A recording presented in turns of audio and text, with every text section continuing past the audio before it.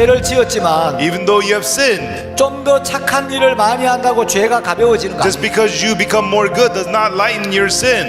우리의 모든 죄는 오직 예수님의 피로만 씻습니다. All of our sins are washed only by the blood of Jesus. 그래서 내가 죄인인 걸 인정하고 So when you acknowledge that you're a sinner, 예수님의 피가 우리를 모든 죄에서 깨끗게 한 사실을 받아들이면 and when you accept the fact that the blood of Jesus cleansed you from all sin, 내가 의인으로 거듭납니다. you become born again righteous.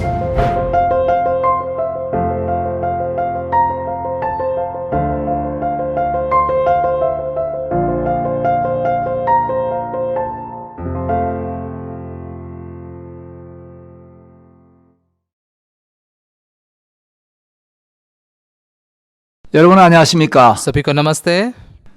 이번 시간에는 18세기 이후 하나님의 복음을 증거했던 귀한 복음의 일꾼들의 그 간증을 여러분들에게 좀 소개하려고 합니다. इस बार 18वीं सदी के बाद में सुसमाचार प्रचार के मूल्यवान ऐसे प्रचारकों की गवाहियों में आपके साथ बांटना चाहता हूं। 2000년 기독교 역사 속에서 2000 साल के मसीही इतिहास में 정말 복음과 교회를 사랑했던 귀한 하나님의 일꾼들이 참 많이 있었습니다. सच में बहुत सारे ऐसे मूल्यवान सेवक थे जो सुसमाचार से और कलीसिया से बहुत प्रेम करते थे। 제한된 시간에 이분들의 그 은혜스럽고 감동적인 간증들을 여러분들이 다 소개할 수 없는 너무 안타까운데 लेकिन इतने कम समय में इतने सारे लोगों की गवाही आप तक नहीं पहुंचा पा रहा, इसलिए मुझे बहुत बुरा लग रहा है।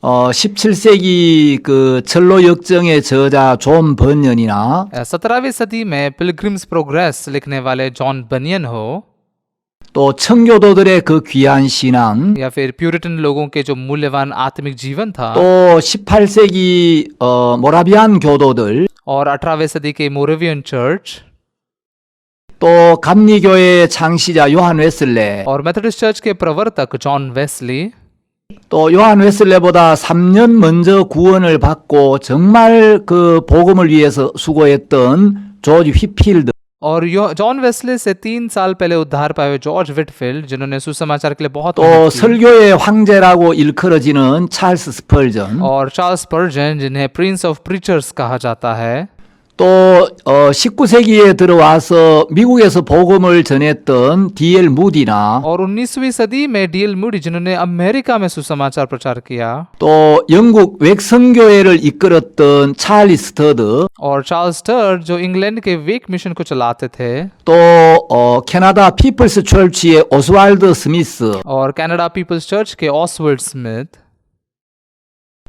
이런 훌륭한 복음의 일꾼들이 참 많이 있는데 ऐसे सुसमाचार के बहुत मूल्यवान सेवक थे।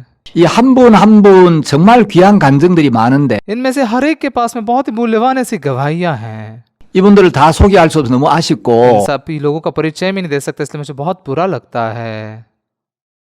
요한 웨슬레나 찰스 스펄전은 여러분들에게 잘 알려져 있기 때문에 आप जॉन वेस्ले और चार्ल्स स्पर्जन को बहुत अच्छे से पहचानते हैं। 제가 오늘은 그 모라비안 교회를 이끌었던 진젠도르프 백작에 대해서 여러분들이 좀 말씀을 드리려고 합니다. आज मैं थोड़ा मोरेवियन चर्च को चलाने वाले काउंट जिंजनडोर्फ इनके बारे में आपसे बात करना चाहता हूँ। 모라비아라는 이름은 그 체코슬로바키아 지방의 이름이었습니다. मोराविया ये इलाका जो था जकोस्लोवाकिया के अंदर एक इलाके का नाम था। 이 모라비아 교회를 설립하고 이끌었던 이제 인도자가 진젠도르프 백작인데 मोरेवियन इस चर्च को स्थापित करके चलाने वाला काउंट जिंजनडोर्फ नाम का एक व्यक्ति था। 진젠도르프는 그 아주 경건한 할머니 밑에서 신앙 교육을 받았습니다. जिंजनडोर्फ ने एक बहुत ही भक्त अपनी दादी के नीचे आत्मिक जीवन सीखा।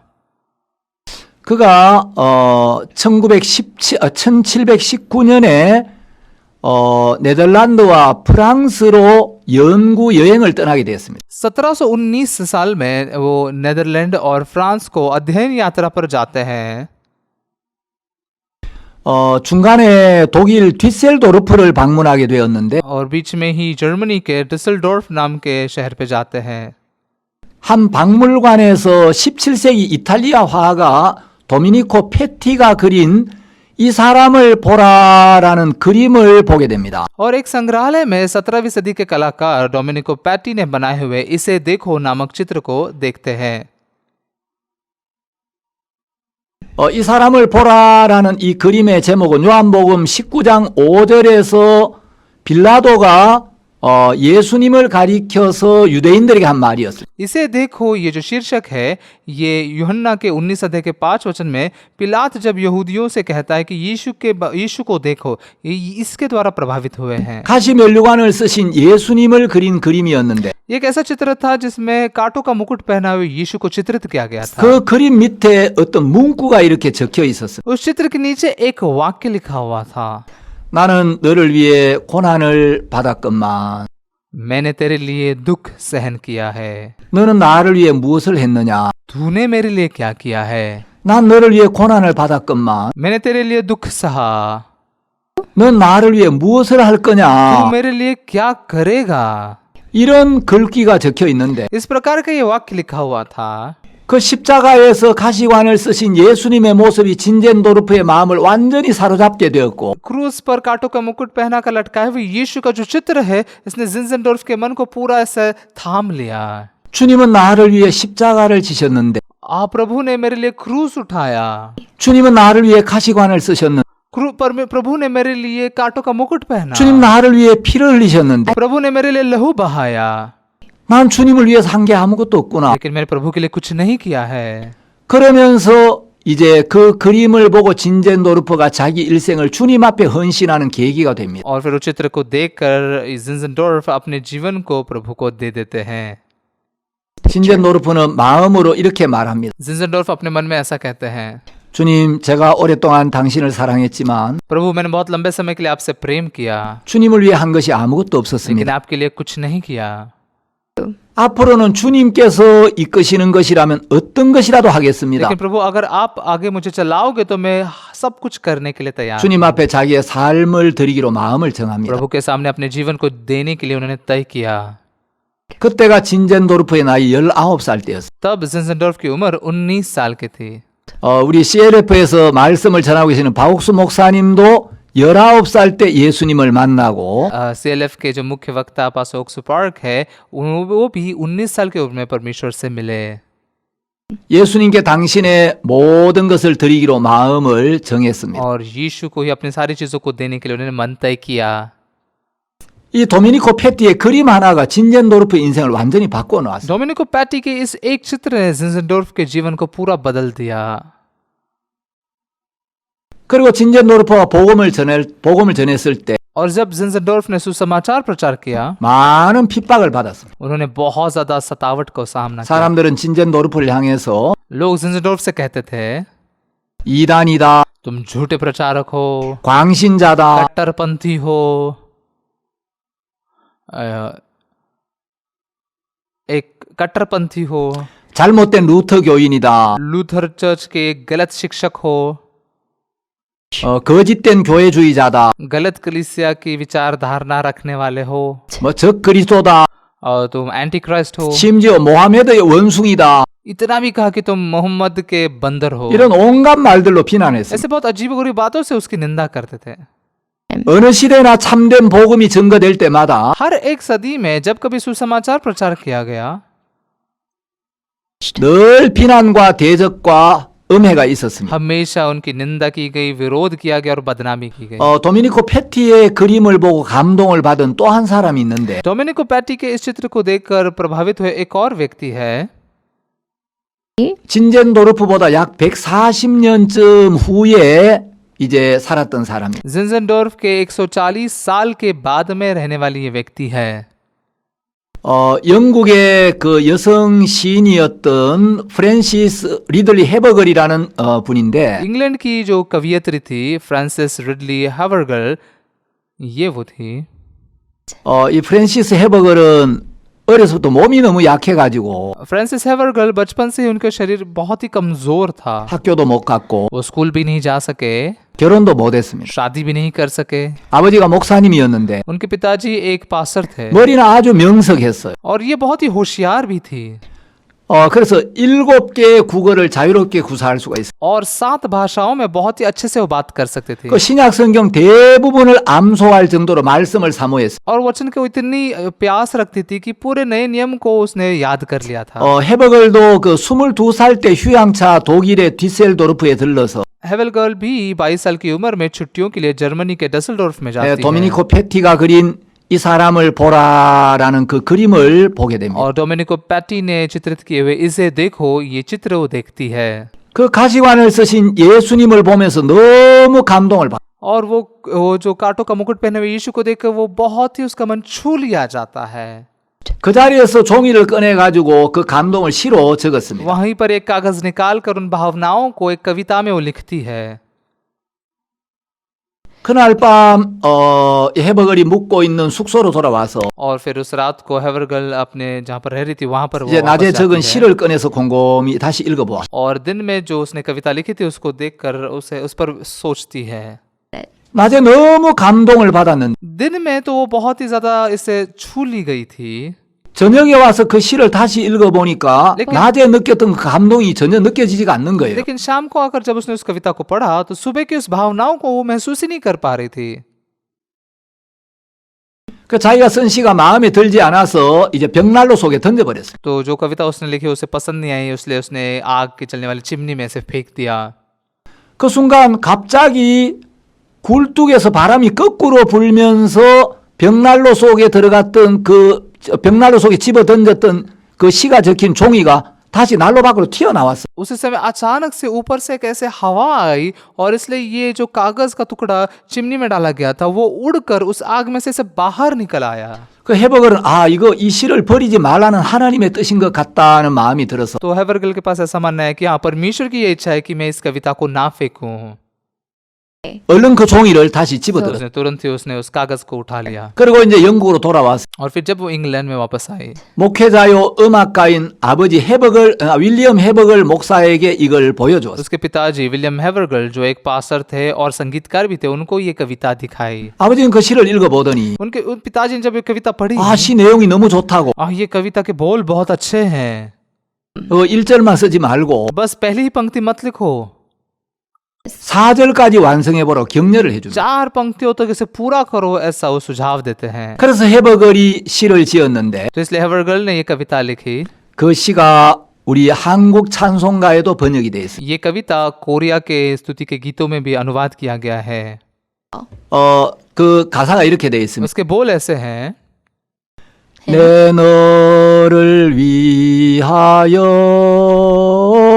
몸 버려 피 흘려 मैंने तेरे लिए लहू बहाया है 내 죄를 속하여 살 길을 주었다. तेरे पापों की क्षमा कर जीवन दिया 내 죄를 대속했건만 너 무엇 하느냐 मैंने अपना जीवन दिया तूने मुझे क्या दिया। 2절은 이렇게 돼 있습니다. उसकी दूसरी पंक्ति ऐसी है 죄 중에 빠져서 영죽을 인생을 पाप में गिरकर नाश होने वाला मेरा जीवन 구하여 주려고 나 피를 흘렸다. पाप से छुटकारे के लिए उसने लहू बहाया 내 죄를 대속했건만 너 무엇 하느냐 मैंने अपना जीवन दिया तूने मुझे क्या दिया।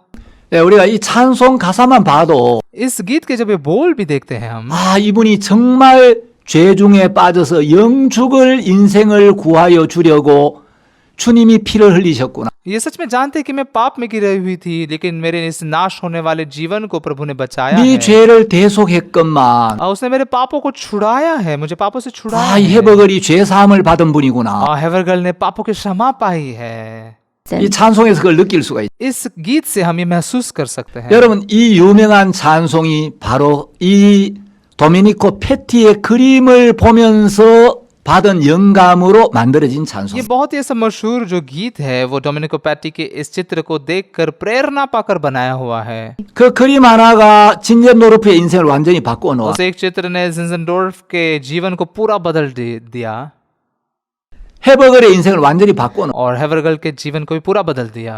해버글은 이제 경제에 병약한 몸으로 평생을 이제 독신으로 지냈는데 तो हेवरगल जो थी पूरी जिंदगी भर कुंवारी रही क्योंकि वो बहुत ही कमजोर थी शरीर में। 이 육체의 가시를 제거해 달라고 주님 앞에 간절히 기도했습니다. इस शरीर में जो काटा था उसे निकालने के लिए परमेश्वर से वो बहुत तत्पर रूप से प्रार्थना कर रही थी। 하나님은 그 가시를 제거해 주신 게 아니고 लेकिन परमेश्वर ने उस कांटे को नहीं निकाला, 그 가시를 견딜 수 있는 힘을 주셨다고 해버글은 간증하고 있습니다. बल्कि उस कांटे को सहन करने की ताकत दी, ऐसे हेवरगल गवाही देती है। 해버글은 43살의 젊은 나이에 세상을 떠나면서 हेवरगल 43 साल के इतने कम उम्र में वो इस दुनिया को छोड़कर चली जाती 주님이 है। 계신 천국과 가까워지니 너무 좋다라는 말을 남기고 주님의 품에 안겼습니다. मैं प्रभु के बहुत ही नजदीक पहुंच चुकी हूँ इसलिए बहुत खुश हूँ, इस शब्दों को रखकर वो इस दुनिया को छोड़कर चली गई। 해버글이 묻힌 무덤에는 그 묘비가 있는데 और जिस कब्र में हेवरगल को गाड़ा गया है वहां पर एक बात 여기 लिखी हुई 쇠하지 है, 아니하는 하나님께 속한 사람이 잠들어 있노라. यहाँ कभी कमजोर नहीं होने वाला परमेश्वर का जन सोया हुआ है।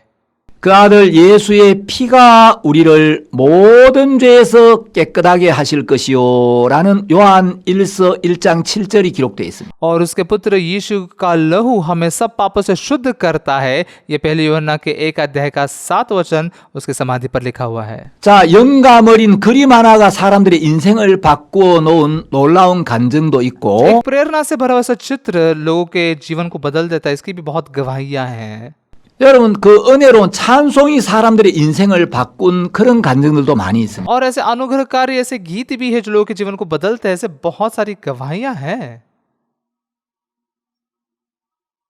18세기 영국에 아이작 와츠라는 목사가 있었습니다. 18वीं सदी में आइजक वॉट नाम का एक पास्टर इंग्लैंड में थे। 아이작 와츠는 영국 찬송 시의 아버지라고 불리워진. आइजक वॉट को इंग्लैंड के स्तुति के गीतों का पिता ऐसा कहा जाता है। 아버지는 영국 국교도가 아닌 그 독립교회에서 목회를 하다가 감옥에도 2번이나 갔다 온 분입니다. उनके पिता जो थे वो चर्च ऑफ इंग्लैंड में नहीं बल्कि स्वतंत्र कलीसिया को चलाते थे और 2 बार उनको जेल में भी भेजा गया था। 아이작 와츠는 어려서부터 아주 그 시적인 감각이 뛰어났어. आइजक वॉट जो थे बचपन से ही उनको जो कविता बनाने का जो ताकत थी उनमें बहुत 말을 하면 너무 시적으로 표현을 해서 जैसे जब भी वो बात करते थे बस कविता में बात करते थे। 아버지가 막 시적으로 이야기하자 말고 매를 대서 막 이제 맞을 정도였어. तो जब वो कविता में बात करते थे कि उसके पिताजी गुस्सा होकर उनको मारते थे।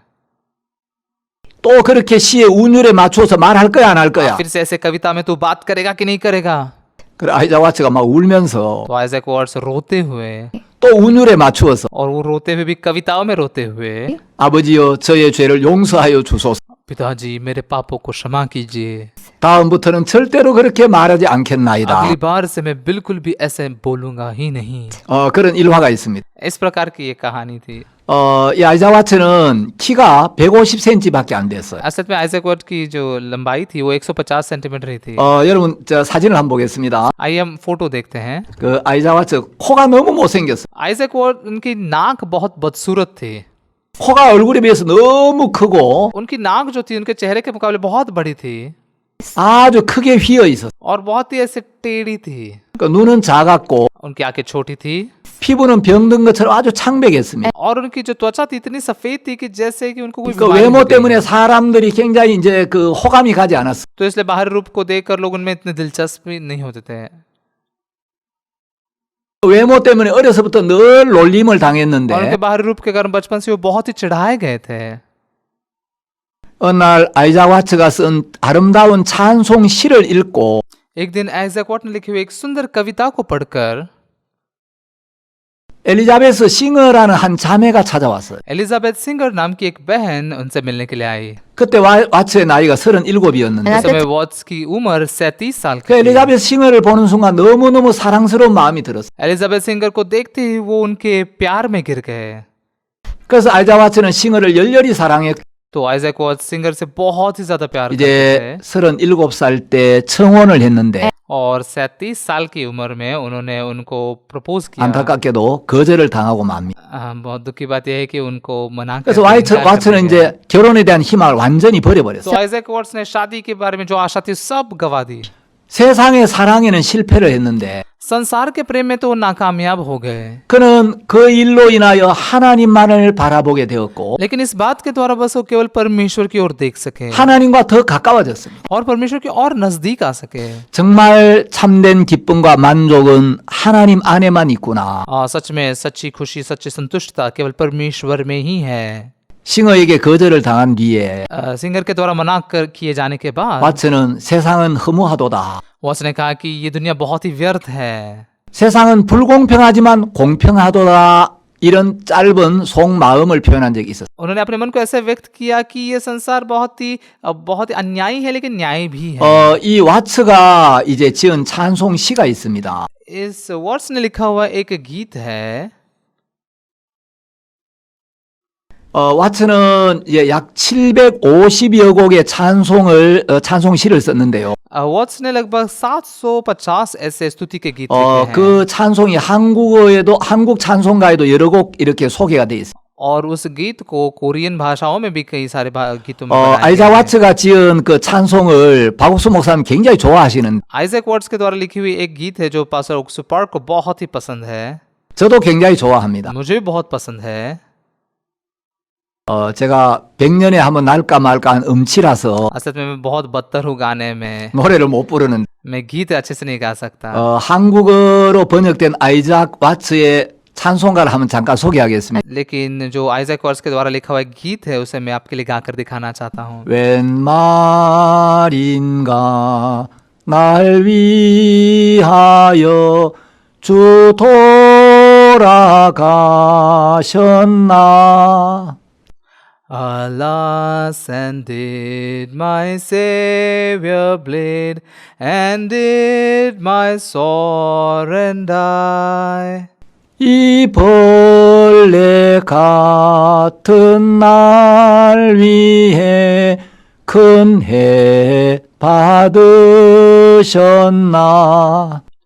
Would he devote that sacred head for such a worm as I? 2절을 보면 अगर दूसरी पंक्ति को हम देखते हैं, 내 지은 죄 다 지시고 못 박히셨으니. was it for sins that I had done? He groaned upon the tree. 웬일인가 웬 은혜인가 그 사랑 크셔라. Amazing pity, grace unknown, and love beyond degree. 예, 곡도 너무 좋고 ये इसके जो संगीत है वो 가사도 बहुत अच्छा 너무 है 은혜로운 और इसके बोल भी बहुत ही अनुग्रह से भरे हुए हैं। 아이자 와츠는 이제 복음의 마음을 쏟고 आइजैक वॉट्स ने सुसमाचार के लिए अपना मन उंडेला। 아이자 와츠가 출석하던 교회 그 목사님이 조셉 카릴과 존 오웬 목사님이었는데 और जिस कलीसिया में आइजैक वॉट्स थे वहाँ पर जोसेफ कैरल और जॉन ओवन भी पास्टर थे। 존 오웬은 청교도 목사의 아주 대표적인 목사 중에 한 사람이죠. जॉन ओवन जो है प्यूरिटन चर्च के एक मुख्य पास्टरों में से हैं। 그 존 오웬이 세상을 떠난 뒤에 아이작 와츠가 그 후임으로 그 교회에서 목회를 하다가 주님의 품으로 갔습니다. जॉन ओवन पास्टर के गुजर जाने के बाद में आइजैक वॉट्स उनके उत्तराधिकारी बनकर वहाँ पर पास्टर की सेवा करने लगे। 근데 이 아이작 와츠가 지은 찬송이 이제 파니 크로스비라는 미국 또 그 찬송가 작사자에게 굉장한 그 영향을 주면서 आइजैक वॉट ने लिखे हुए इस गीत ने फैनी क्रॉस्बी नामक आराधना गीतकार जो अमेरिका से थे उसको भी बहुत ज़्यादा प्रभावशाली दे सकी। 이 찬송 하나가 파니 크로스비의 인생을 완전히 바꿔. इस एक गीत ने फैनी क्रॉस्बी के पूरे जीवन को बदल दिया। 크로스비는 태어나서 얼마 되지 않아서 이제 눈을 잃게 되었습니다. क्रॉस्बी के जन्म के बाद ही थोड़े समय में उन्होंने अपनी आंखें गवा बैठी। 아버지가 그 화병으로 이제 얼마 한 1년쯤 있다가 돌아가시고 और इसी सदमे के कारण एक ही साल के बाद उनके पिताजी गुजर गए। 할머니가 크로스비를 잘 키웠는데 उनकी दादी ने क्रॉस्बी की बहुत ज़्यादा देखभाल की 크로스비가 11살 때 그 할머니마저 세상을 떠나게 돼요. और 11 साल की उम्र में उनकी दादी माँ भी गुजर गई। 크로스비가 이제 나이 30살이 됐을 때 जब क्रॉस्बी 30 साल की हुई 뉴욕에 콜레라가 유행을 해서 많은 사람이 죽어갔습니다. न्यूयॉर्क में कोलेरा फैल गया था और बहुत सारे लोग मर रहे थे। 사람들이 죽어가는 इ야기를 들으면서 सुना कि कैसे लोग मर रहे हैं। 크로스비는 생명이 쉽게 사라질 수도 있는 것이구나. क्रॉस्बी ने जाना कि हाँ ये जीवन जो है बहुत ही आसानी से इसे गायब हो सकता है। 만일에 내가 죽음을 맞이한다면 अगर मैं मरूंगी तो 나는 하나님을 만날 준비가 되어 있는 क्या मैं परमेश्वर से मिलने के लिए तैयार हूँ? 자기 하나님 만날 준비가 되어 있지 않구나. उसने देखा कि हाँ मैं परमेश्वर से मिलने के लिए 마음에 तैयार 있는 हूँ। 모든 죄를 깨끗하게 씻지를 못했구나. मेरे मन के सारे पापों को साफ नहीं कर पाई हूँ। 1850년 뉴욕에 있는 어떤 감리교회 부흥회에 참석합니다. 1850 साल में मेथोडिस्ट चर्च के एक रिवाइवल मीटिंग में न्यूयॉर्क में वो जाती है। 그 부흥회에서 이제 찬송을 부르는데 और फिर उस रिवाइवल मीटिंग में जब लोग गीत गा रहे होते हैं 그때 바로 아이작 와츠가 지은 그 찬송을 불렀어요. उस समय में आइजैक वॉट्स के द्वारा लिखा हुआ वो गीत गाया जा रहा 그 था। 찬송가 가사에 이 벌레 같은 날 위해 큰 해 받으셨나 이 대목이 크로스비의 마음을 막 때리기 시작합니다. उस गीत के जो बोल है ना कि would he devote the sacred head for such a worm as I, ये जो बोल है ये उसके मन को बहुत स्पर्शित 크로스비가 कर गया। 정말 벌레 같은 자신의 모습을 발견하면서 क्रॉस्बी ने अपने स्वरूप को देखा कि मैं सच में कीड़ों 그 के समान 찬송을 हूँ। 부를 때 और इस गीत को जब गा रही थी वो 크로스비가 일어서서 क्रॉस्बी उठी 주님 앞에 이제 자기 마음을 쏟아놓습니다. और प्रभु के सामने अपना मन दिया। 그 찬송을 듣는데 इस गीत को जब सुन रही थी 크로스비는 자신의 한 손에는 세상을 क्रॉस्बी ने एक हाथ में संसार है 다른 한 손으로는 주님을 잡고 있다는 걸 알게 돼요. और दूसरे हाथ में वो प्रभु को पकड़े हुए है, ऐसे उसने जाना। 그리고 주님 앞에 주님 내가 스스로 내 인생을 고쳐보려고 애를 썼지만 실패했습니다. और उसने कहा प्रभु मैंने सच में खुद होकर मेरे जीवन को सही करने की कोशिश की लेकिन मैं 이제 नाकाम 내 रही। 인생을 주님이 맡으시고 주관해 주옵소서. अब अभी प्रभु आप मेरे जीवन की जिम्मेदारी लीजिए। 그리고 그날 복음을 듣고 모든 죄를 사함받는 은혜를 입습니다. और इस दिन वो सुसमाचार सुनती है और सारे पापों के क्षमा पाने का अनुग्रह पाती है। 무디를 위해 노래를 불렀던 가수 생키와 동력도 했고 और उसने मूदी के लिए जो गाना गाने वाले सैंकी जो है उनके साथ भी उसने काम 무디가 किया है। 집회를 할 때 여러 번 간증도 하고 मूडी जब सेमिनार लेते थे तब उसने कई बार गाने भी गाए हैं और गवाही भी दी है। 크로스비가 여러 대통령들도 만납니다. क्रॉस्बी बहुत सारे ऐसे राष्ट्रपतियों से भी मिली हुई हैं। 어느 날 어떤 형제가 이야기했습니다. एक दिन एक भाई ने कहा 크로스비 자매님 나중에 하늘나라에 가면 बहन क्रॉस्बी जब आप बाद में जब स्वर्ग में आप प्रवेश 주님을 करोगे, 만날 텐데 आप प्रभु से मिलोगे ना 주님 앞에 좀 섭섭한 마음이 있겠어요. तो प्रभु के सामने आप बहुत ही निराश होगे ना, उदास 전능하신 होगे ना। 주님이 왜 내가 어렸을 때 눈을 멀게 했느냐고. आप तो सर्वशक्तिमान परमेश्वर हो, आपने क्यों मुझे बचपन से अंधा बनाया?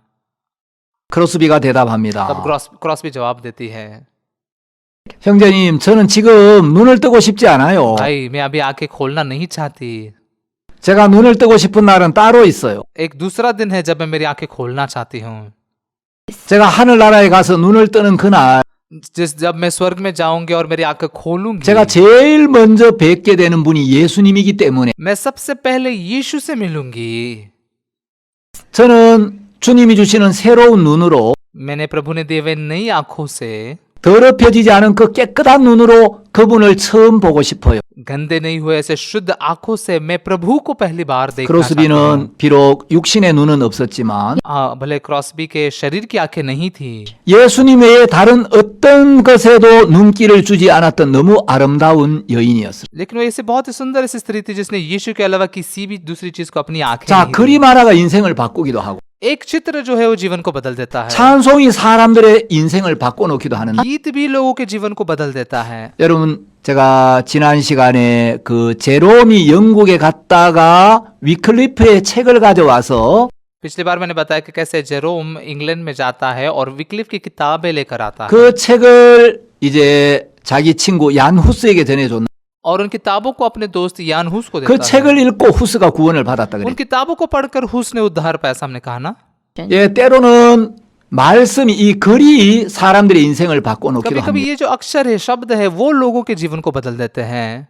여러분 지금 이 시대에 하나님은 लेकिन अभी इस जमाने में परमेश्वर 그림과 음악과 글뿐만 아니라 सिर्फ चित्र, संगीत या अक्षरों का ही इस्तेमाल नहीं कर रहा है। 이번 CLF 온라인 월드 컨퍼런스를 통해서 इस बार CLF के इस ऑनलाइन वर्ल्ड कॉन्फ्रेंस के द्वारा 영상으로 여러분들의 마음에 있는 모든 죄를 사함받고 वीडियो के द्वारा आपके सारे पापों को क्षमा करने का काम कर रहा है, धोने का काम कर रहा 여러분이 है 죄인에서 의인으로 거듭날 수 있는 놀라운 은혜를 베풀어 주세요. और आपको पापी से धर्मी बनने का अद्भुत अनुग्रह देने का काम कर रहा है। 그림을 통해서도 인생이 바뀌고 चित्र के द्वारा भी जीवन बदलता है, 찬송을 통해서도 인생이 गीत के द्वारा भी जीवन बदलता है, 예, 영상을 통해서도 수많은 사람들의 삶이 변화를 받고 있습니다. वीडियो के द्वारा भी बहुत सारे लोगों का जीवन परिवर्तित हो रहा है। 이번에 우리가 바우스 목사님 이 말씀을 들으면서 इस बार जैसे हम रेवरेंड जेम्स पार्क से वचन को सुन रहे हैं, 참 많은 목회자들도 하나님의 은혜를 입고 변화를 입을 거라고 믿습니다. हम विश्वास करते कि बहुत सारे पास्टर लोग भी बदलाव पाएंगे, अनुग्रह पाएंगे। 진젠 노르프는 그리스도의 죽음을 유달리 강조하는 말씀 많이 전했습니다. और फिर जो जिंजनडोर्फ था, उन्होंने यीशु मसीह के मृत्यु के ऊपर ज्यादा जोर देकर 진젠 प्रचार 노르프는 किया 이런 है। 이야기를 했습니다. जिंजनडोर्फ ने ऐसा कहा, 그리스도를 가진 마음마다 선교사요. मसीह को पाया हुआ हर एक मन मिशनरी है 그리스도가 없는 마음이 선교지다. और बिना मसीह का हर एक मन मिशन फील्ड है।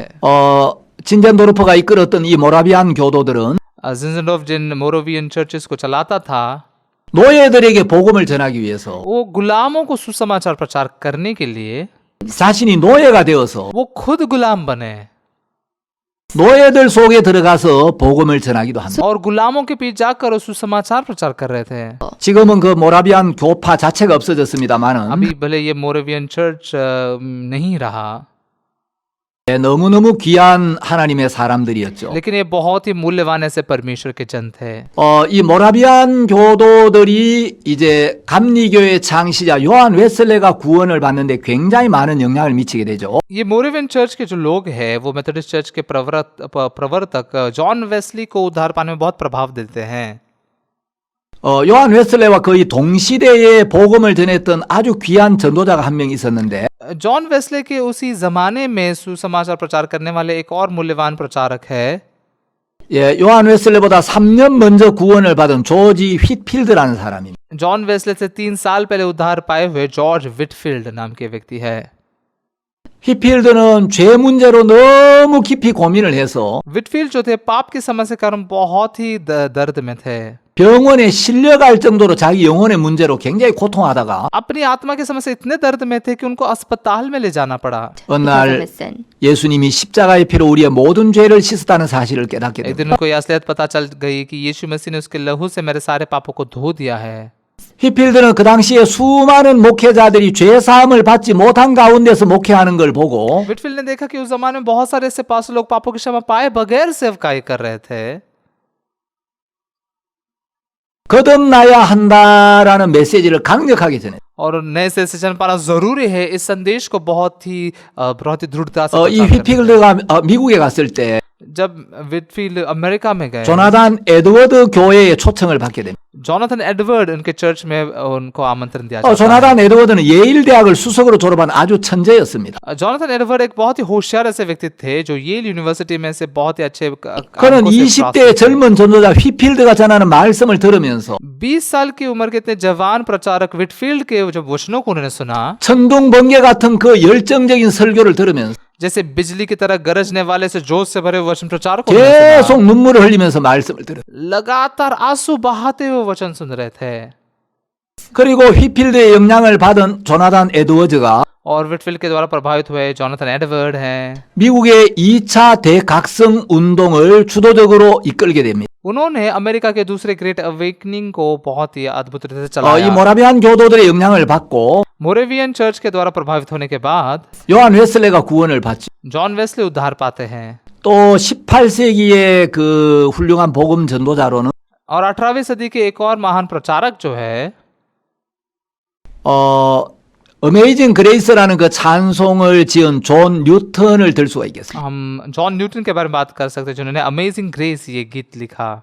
예, 존 뉴턴은 이제 아프리카에서 사람들을 잡아다가 노예로 팔아먹던 아주 악한 사람이었어요. जॉन न्यूटन एक बहुत ही दुष्ट व्यक्ति थे जो अफ्रीका से लोगों को पकड़कर गुलाम के तौर पर बेचते थे। 그가 어느 날 이제 복음을 듣고 एक दिन उन्होंने सुसमाचार सुना 죄를 사함 받고 और पापों की क्षमा पाई 예수님과 마음을 함께하면서 और यीशु के साथ एक मन होते हुए 복음을 위해서 그의 일생을 드립니다. सुसमाचार के लिए वो अपना जीवन देते हैं। 뉴턴이 이런 이야기를 합니다. न्यूटन ने ऐसा कहा, 만일에 우리가 하늘나라에 가게 되면 अगर हम स्वर्ग के राज्य में जाते हैं 사람들이 세 가지 사실 때문에 깜짝 놀라게 될 거예요. तो लोग 3 चीजों के कारण बहुत आश्चर्यचकित हो जाएंगे। 그 나라에 와 있을 거라고 믿었던 대부분의 사람들이 그 나라에 없다는 사실 때문에. इस एक वजह से कि उस स्वर्ग में के राज्य में जो आएंगे ऐसा सोचा था वो नहीं आए हैं। 두 번째 그 나라에 절대로 못 올 거라고 믿었던 수많은 사람들이 그 나라에 와 있다는 사실. और दूसरी ये बात कि उस स्वर्ग के राज्य में जो नहीं आ सकते ऐसा माना था वो सब आए होंगे। 세 번째는 바로 존 뉴턴이 그 나라에 와 있다는 사실 때문에. और तीसरी बात यह है कि जॉन न्यूटन स्वर्ग के राज्य में आया है इस एक बात से। 또 18세기에 영국의 그 찰스 스펄전이라는 복음 전도자가 있었어요. और फिर 18वीं सदी में इंग्लैंड में चार्ल्स स्पर्जन नाम के एक प्रचारक थे। 할아버지도 목사였고 아버지도 목사였는데 इनके दादाजी भी पास्टर थे, पिताजी भी पास्टर थे। 이 복음을 전해주는 사람을 만나지 못해서 लेकिन सुसमाचार प्रचार करने वाले किसी व्यक्ति से वो नहीं मिल पाए। 어린 나이에 굉장히 방황하다가 अब उनके जवानी में बहुत ही भटक रहे थे। 15살 때였던 1850년 1월 6일에 어떤 교회에서 복음을 듣고 구원을 받습니다. 15 साल की उम्र में 6 जनवरी 1850 में वो एक चर्च में उद्धार पाते हैं। 찰스 스펄전은 이렇게 이야기합니다. चार्ल्स स्पर्जन ऐसा कहते हैं, 그날 이제 그 눈이 많이 와서 목사님이 예배를 참석하지 못했고 असली उस दिन बहुत ज्यादा बर्फ गिरी हुई थी और उस चर्च के जो पास्टर थे वहां पर नहीं आ पाए थे। 어떤 허름한 형제가 이제 올라가서 말씀을 전했는데 एक भाई ऐसे ऊपर जाकर वचन प्रचार कर रहा था। 그날 이사야 45장 22절 말씀을 가지고 말씀을 전했습니다. उस दिन उन्होंने यशायाह के 45 अध्याय के 22 वचन को प्रचार किया। 찰스 스펄전이 그날 구원을 받고 तो उस दिन चार्ल्स स्पर्जन उन्होंने उद्धार पाया। 사람들이 그리스도를 바라봐야 하는데 लोगों ने मसीह को देखना चाहिए 자기만 바라보고 있구나. लेकिन वो बस खुद को ही देख रहे हैं। 스펄전은 이렇게 간증을 하고 있어요. स्पर्जन इस प्रकार से गवाही देते हैं। 그 교회에 들어갔던 1850년 1월 6일 10시 30분과 उस दिन जब वो चर्च में गए 6 जनवरी 1950 के सुबह 10:30 बजे 12시 30분 사이에는 나에게 분명히 커다란 변화가 से 있었다. लेकर दोपहर को 12:30 बजे तक मुझ में बहुत ही बड़ा बदलाव आया। 스펄전은 17살에 목사가 됐습니다. स्पर्जन जो थे वो 17 साल की उम्र में पास्टर बन गए। 그는 신학을 하지 않았습니다. उन्होंने थियोलॉजी नहीं की, 대학 문턱에도 가보지를 못했어요. यूनिवर्सिटी के दरवाजे तक भी नहीं गए थे। 키도 아주 작아서 163cm밖에 되질 않았어요. वो नाटे थे, वो 163 सेंटीमीटर की ही उनकी ऊंचाई 예, थी। 스펄전 사진이 PPT에 이렇게 보이죠. स्पर्जन के फोटो को आप पीपीटी में देख सकते हैं। 그러나 그는 영국 역사상 정말 위대한 설교자로 평가를 받고 있습니다. लेकिन इंग्लैंड के एक बहुत ही महान ऐसे प्रचारक के तौर पर वो पहचाने जाते हैं। 스펄전의 모든 설교는 그리스도의 대속을 증가하는 복음적인 설교였어요. स्पर्जन का हर एक वचन प्रचार मसीह के छुटकारे के बारे में प्रचार करने वाला सुसमाचार का प्रचार था। 19세기 최고의 복음 전도자라면 미국의 D.L. 무디를 들 수가 있죠. 19वीं सदी के सबसे बेहतरीन प्रचारक मतलब अमेरिका के डीएल मूडी है। 시카고에 무디 신학교가 있는데 शिकागो में डीएल मूडी थियोलॉजी कॉलेज है। 제가 그 무디 신학교를 한번 방문해 봤습니다. मैं एक बार मूडी के थियोलॉजी 그 कॉलेज में 신학교 गया था 총장님도 잠깐 만나 뵙고 और वहाँ के जो डीन से एक बार मिला 무디가 남긴 여러 가지 그 유물도 이렇게 제가 한번 보고 왔는데 और मूडी के रखे हुए बहुत सारे ऐसे चीजों को मैं देखा। 무디는 1855년 4월 21일에 मूडी ने 22 अप्रैल 1855 को 에드워드 킴볼이라는 주일학교 교사를 통해서 죄 사함의 복음을 듣게 됩니다. एडवर्ड किम्बल नाम के संडे स्कूल टीचर के द्वारा वो सुसमाचार सुन सके। 무디는 정규 교육도 변변하게 받지를 못했고 असल में मूडी जो थे वो सामान्य रीति से सिखाए भी नहीं, 목소리도 नहीं पाए। 걸걸해서 별로 좋은 목소리가 아니. उनकी आवाज भी इतनी अच्छी नहीं थी 그리고 그는 설교 원고가 문법에도 맞지가 않는 것들이 많았어. और जो बोलते थे उनके प्रचार में वो व्याकरण के अनुसार भी सही नहीं होता 그러나 था। 그의 말씀은 굉장한 능력이 있었고 लेकिन उनके वचन प्रचार में बहुत सामर्थ्य था, 사람들의 마음을 움직였습니다. लोगों के मनों को से हिला देता था। 무디가 잘했던 설교는 보통 3R이라고 하는데 मूडी हमेशा वो 3R के बारे में प्रचार करते थे। 죄로 인한 타락, पाप से भ्रष्टता, 예수 그리스도의 구속, यीशु का छुटकारा 성령에 의한 거듭남. और पवित्र आत्मा से नया जन्म। 이것이 무디가 했던 설교의 핵심입니다. ये वो वचन थे जो मूडी प्रचार करते थे। 참된 하나님의 종들은 सच्चे परमेश्वर के जो दास है 전부 예수 그리스도의 구속을 증거했습니다. वो सभी लोग यीशु मसीह के छुटकारे के बारे में गवाही देते थे। 휘필드도 우리가 거듭나야 한다고 이야기했고 विटफिल भी कहते थे कि हमने ऐसे ऐसे जन्म पाना जरूरी है। 무디도 성령으로 말미암아 거듭나야 한다 이 말씀을 외쳤습니다. मूडी भी यही चिल्लाते थे कि हमने पवित्र आत्मा के द्वारा ऐसे ऐसे जन्म पाना है। 또 여러분들에게 소개하고 싶은 복음 전도자가 한 명 있는데 और एक सुसमाचार प्रचारक है जिसके बारे में मैं आपको परिचय देना चाहूंगा। 영국의 웩성교의 설립자인 그 찰리 스터드입니다. इंग्लैंड के वेक मिशन के संस्थापक चार्ल्स स्टड है।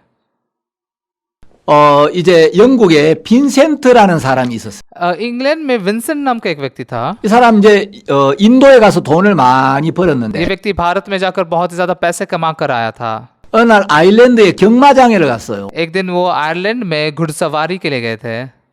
집으로 돌아가는 배를 놓쳤습니다. घर वापस जाने के लिए वो जहाज में नहीं बैठ पाए, 저녁에 극장에는 한번 가야 되겠다. तो उन्होंने सोचा शाम को मैंने एक थिएटर में जाना चाहिए। 극장에 가니까 극장에 현수막이 하나 붙어 जब 있는데 वो थिएटर में गए तो वहां पर एक ऐसा बैनर लगाया हुआ था। 그 현수막 제목이 무디와 생키라고 적혀 उस 있는 거예요. बैनर पे एक शीर्षक लिखा था मूडी और शैंकी। 무디와 생키? मूडी और शैंकी 이게 뭐지? ये क्या है? 안에 들어가 보니까 जब वो अंदर जाकर देखे, 생키라는 가수가 무디 복음 집회를 위해서 찬송을 부르고 शैंकी नाम के जो गायक थे वो मूडी के इस सुसमाचार प्रचार के सेमिनार के लिए गाना गा रहे थे 무디가 복음을 증가하고 और फिर मूडी सुसमाचार की गवाही दे रहे थे। 원래 빈센트는 개신교 목사들 별로 안 좋아했어. असल में विंसेंट को प्रोटेस्टेंट पास्टर लोग बिल्कुल पसंद नहीं थे। 그 극장인 줄 알고 들어왔는데 उनको लगा ये बस एक थिएटर है इसलिए अंदर आए थे। 무디가 극장을 빌려 집회를 하고 있는. लेकिन मूडी ने वही थिएटर लेकर वहां पर सेमिनार ले रहे थे। 기왕 들어왔으니 들어보자. अभी यहाँ पर आई है तो सुन लेते हैं। 그 무디가 저는 1시간의 말씀 안에 자기 인생이 다 들어 있는 거예요. और मूडी जो 1 घंटा प्रचार कर रहे थे उस प्रचार में उनका पूरा जीवन वो देख पाए। 너무 말씀이 놀라워서 वचन बहुत ही अद्भुत था। 그 말씀을 듣고 구원을 받습니다. उस वचन को सुनकर वो उद्धार पाते हैं। 아주 친한 친구가 있었는데 उनके एक बहुत ही नजदीकी दोस्त थे, 에드워드 스터드라는 사람이었어요. एडवर्ड स्टर्ड नाम के एक व्यक्ति थे। 에드워드 스터드는 스포츠의 만능이었습니다. एडवर्ड स्टर्ड वो बहुत ही ज्यादा अच्छे थे खेलकूद में। 에드워드 스터드에 연락을 해서 여기 와보라고. एडवर्ड स्टर्ड को उन्हें संपर्क किया कि तुम यहाँ पर आ जाओ, 너무 놀라운 말씀이 있다. यहाँ पर बहुत अद्भुत ऐसे वचन हैं। 에드워드 스터드가 무디 집회에 와서 말씀을 들으면서 एडवर्ड स्टर्ड ने मूडी के सेमिनार में आकर वचन सुना। 예수님이 십자가의 피로 우리의 모든 죄를 씻어 놓으셨구나. यीशु ने क्रूस पर के लहू ने हमारे सारे पाप को धो दिया है। 이 복음을 깨닫게 됩니다. इस सुसमाचार को जान सकते हैं। 그리고 이제 그 에드워드 스터드가 이제 세상을 떠난 뒤에 और एडवर्ड स्टर्ड के गुजर जाने के बाद में 그 삼형제가 다 구원을 받았는데 उनके तीनों बच्चों ने उद्धार पाया। 그중에 이제 둘째 아들인 찰리 스터드가 이제 구원을 받고 उसमें से दूसरा बेटा जो था चार्ल्स स्टर्ड, उन्होंने भी उद्धार पाया 웩성교회를 설립합니다. और वो वेक मिशन की स्थापना करते हैं। 이 웩성교회 이제 그 웩성교회를 이끌다가 और वेक मिशन को जैसे वो चला रहे थे, 이제 웩성교회를 자기 사위 놀만 그랍 박사에게 물려줍니다. वो वेक मिशन को उनके जो दामाद थे नॉर्मन ग्रैब 어느 날 놀만 그랍 박사가 동경에 갈 일이 있어서 एक दिन डॉक्टर नॉर्मन ग्रैब उनको टोक्यो में जाना होता था, 동경으로 가는 비행기를 탔어요. तो टोक्यो जाने वाले हवाई जहाज में बैठे हुए थे। 옆에 어떤 한 분이 앉아 있었어요. उनके बगल में एक व्यक्ति बैठा हुआ था। 어디까지 가십니까? आप कहाँ जा रहे हैं, ऐसा पूछा। 저는 한국에 갑니다. मैं कोरिया जा रहा हूँ। 어떤 일로요? किस काम से जा रहे हैं आप? 저는 한국인들에게 하나님 말씀을 전하기 위해. मैं कोरिया के लोगों को सुसमाचार प्रचार करने के लिए जा रहा हूँ। 그러시냐고. सच में?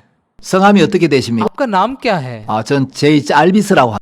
मेरा नाम 제이 자르비스 है। 당신이 그 세계 청소년 전도로 유명한 그 전도자 제이 짤비스 박사냐고. आप वही डॉक्टर जे जार्विस हो जो युवाओं को प्रचार करने के लिए पूरी दुनिया भर में मशहूर है? 그렇습니다. हाँ।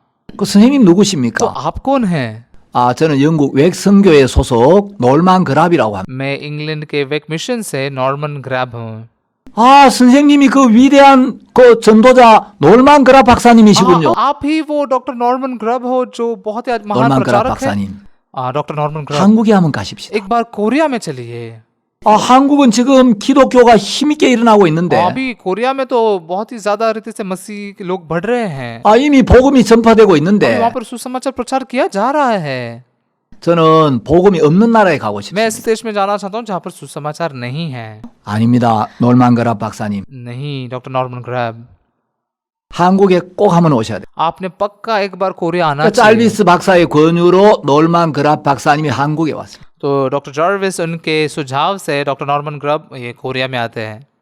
대구 주암산이라는 곳에서 집회를 하는데 तो देगू में जुआन के पहाड़ पर ऐसे वो सभा ले रहे 거기 한 थे। 700명 정도 되는 사람들이 모였어요. वहां पर लगभग 700 लोग इकट्ठा हुए थे।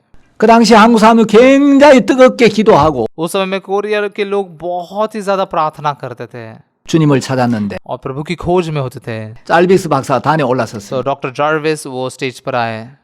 오늘 밤 성령께서는 저보다도 놀만 그랍 박사님을 이 자리에 세우시기를 원합니다. आज रात को मुझसे भी ज्यादा पवित्र आत्मा डॉक्टर नॉर्मन ग्रब इनको स्थापित करना चाहता है। 놀만 그랍이 말씀을 전하는데 तो डॉक्टर नॉर्मन ग्रब वो वचन प्रचार करने लग गए। 사람들 반응이 없는 거예요. लोग कोई प्रतिक्रिया ही नहीं दे रहे थे। 통역에게 통역을 제대로 하고 तो 있어요. उन्होंने अनुवादक से पूछा, क्या तुम अनुवाद अच्छे से कर रहे हो? 통역이 제대로 하고 있었어요. और अनुवाद अच्छे से चल रहा था।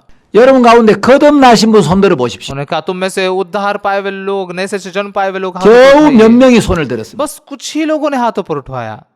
한국 사람들이 정확하게 죄를 씻고 의인으로 거듭나는 복음을 모르고 있구나. कोरियन लोगों को इस सुसमाचार पता नहीं कि कैसे हमारे पाप स्पष्ट रूप से धोए जाते हैं और हम धर्मी 놀만 बनते 그랍 हैं। 박사님이 굉장히 안타까운 마음으로 영국으로 돌아가 तो डॉक्टर नॉर्मन ग्राफ बहुत ही ऐसे दुखी होकर वापस इंग्लैंड गए 웩성교회 소속 선교사 케이스 글래스를 한국에 보내게 됩니다. और फिर वेक मिशन के जो केस क्लास मिशनरी है उनको कोरिया भेजते 케이스 हैं। 글래스 선교사는 원래 네덜란드 사람인데 असल में केस क्लास ये नेदरलैंड से हैं।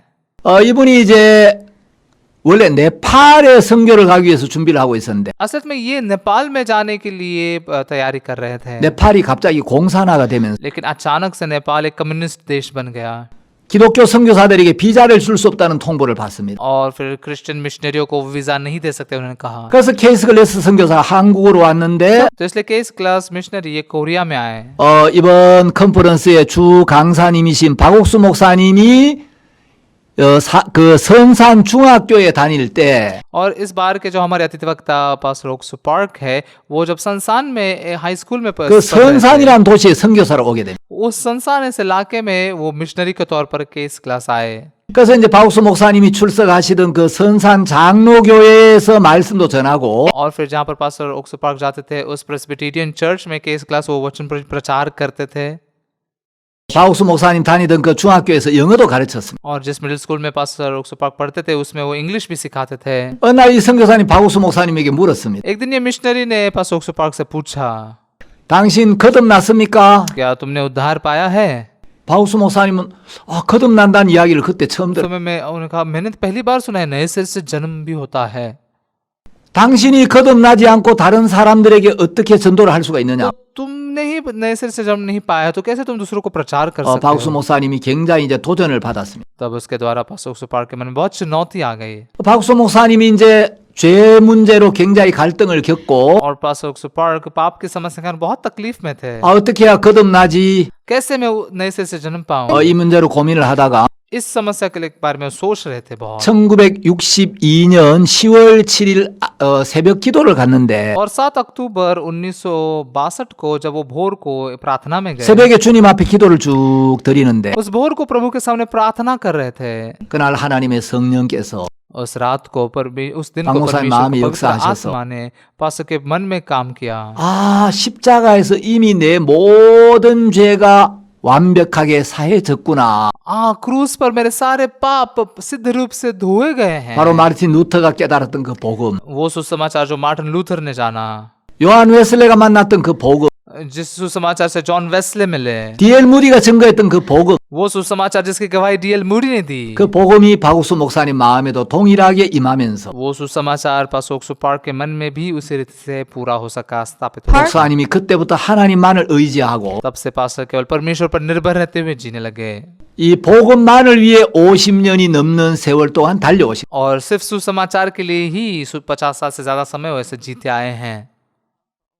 그래서 박우수 목사님 전 세계 수많은 사람들에게 복음을 전해 오셨고 और फिर पास्टर पार्क ने दुनिया भर के बहुत सारे लोगों को सुसमाचार प्रचार किया है 저희 기쁜 소식 선교회를 통해 और फिर हमारे गुड न्यूज मिशन के द्वारा 또 CLF를 통해 और CLF के द्वारा IYF를 통해 IYF के द्वारा 그라시아스 합창단을 통해 ग्राशा स्क्वायर के द्वारा 전 세계 수많은 사람들이 죄에서 벗어나고 दुनिया भर के बहुत सारे लोगों ने पापों से छुटकारा पाया। 많은 목회자들도 변화를 받아왔어요. बहुत सारे पास्टर लोगों ने भी बदलाव पाया है। 웩성교회 설립자 찰스 스터드가 이야기하기를 वेक मिशन के जो संस्थापक है चार्ल्स स्टड 예수 그리스도가 하나님이시며 अगर यीशु मसीह परमेश्वर है तो 나를 위해 죽으셨다면 अगर वो मेरे लिए मरा है तो 그분을 위한 어떤 나의 희생도 결코 크다고 할 수 없다. उसके लिए मेरा कोई भी बलिदान बड़ा नहीं माना जा सकता।